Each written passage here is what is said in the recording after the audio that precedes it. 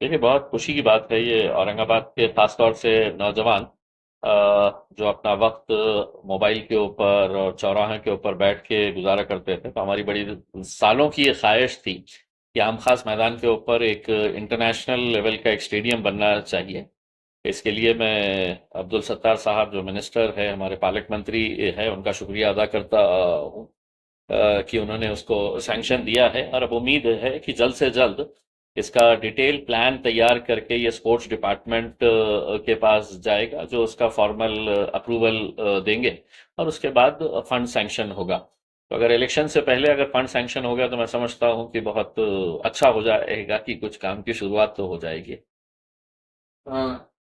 शिवसेना ने वक्फ बोर्ड के बिल के ऊपर अपना लोकसभा में प्रेजेंट ही नहीं दिखाई, क्या कहेंगे आप उसको? देखिए, मैं उन तमाम मुसलमानों से ये सवाल करना चाह रहा हूँ कि अब आप जाइए और आप जाकर सवाल करिए शिवसेना से, जिनकी पैरवी आप कर रहे थे कि हमको मोदी को हराना है तो यहाँ पर उद्धव ठाकरे को और इंडिया अलायंस को लेकर आना है।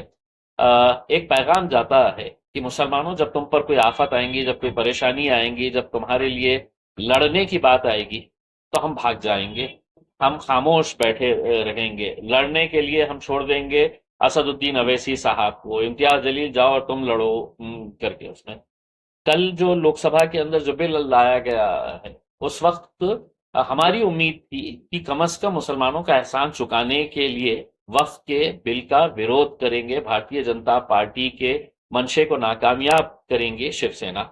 लेकिन पता चला कि 9 के 9 वहां से दुम दबाकर भाग गए, वहां पे मौजूद ही नहीं थे।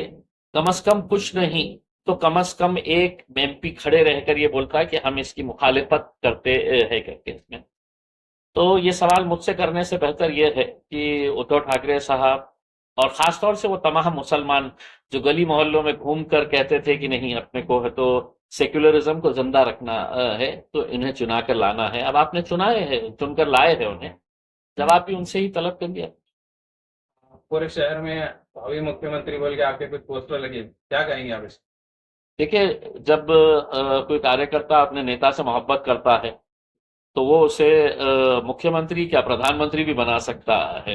उसके दिमाग में यही चलते रहता है कि मेरा नेता प्रधानमंत्री बन जाना चाहिए, देश का, महाराष्ट्र का मुख्यमंत्री बन जाना चाहिए उसमें। तो ये उनकी ख्वाहिशें होती है उसमें। मैं एक मजलिस का एक छोटा सा अदना सा सिपाही हूँ, असद साहब के हाथ मजबूत करने के लिए कोशिश करते रहता हूँ उसमें।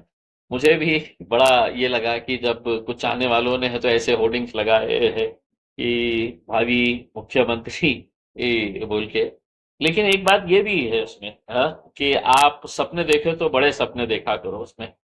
देवेगौड़ा जब बने थे, वजीर आजम बने थे, तो उनके पास कितने एमपी थे ये सभी लोग जानते हैं उसमें। तो राजनीति के अंदर कुछ भी मुमकिन हो सकता है।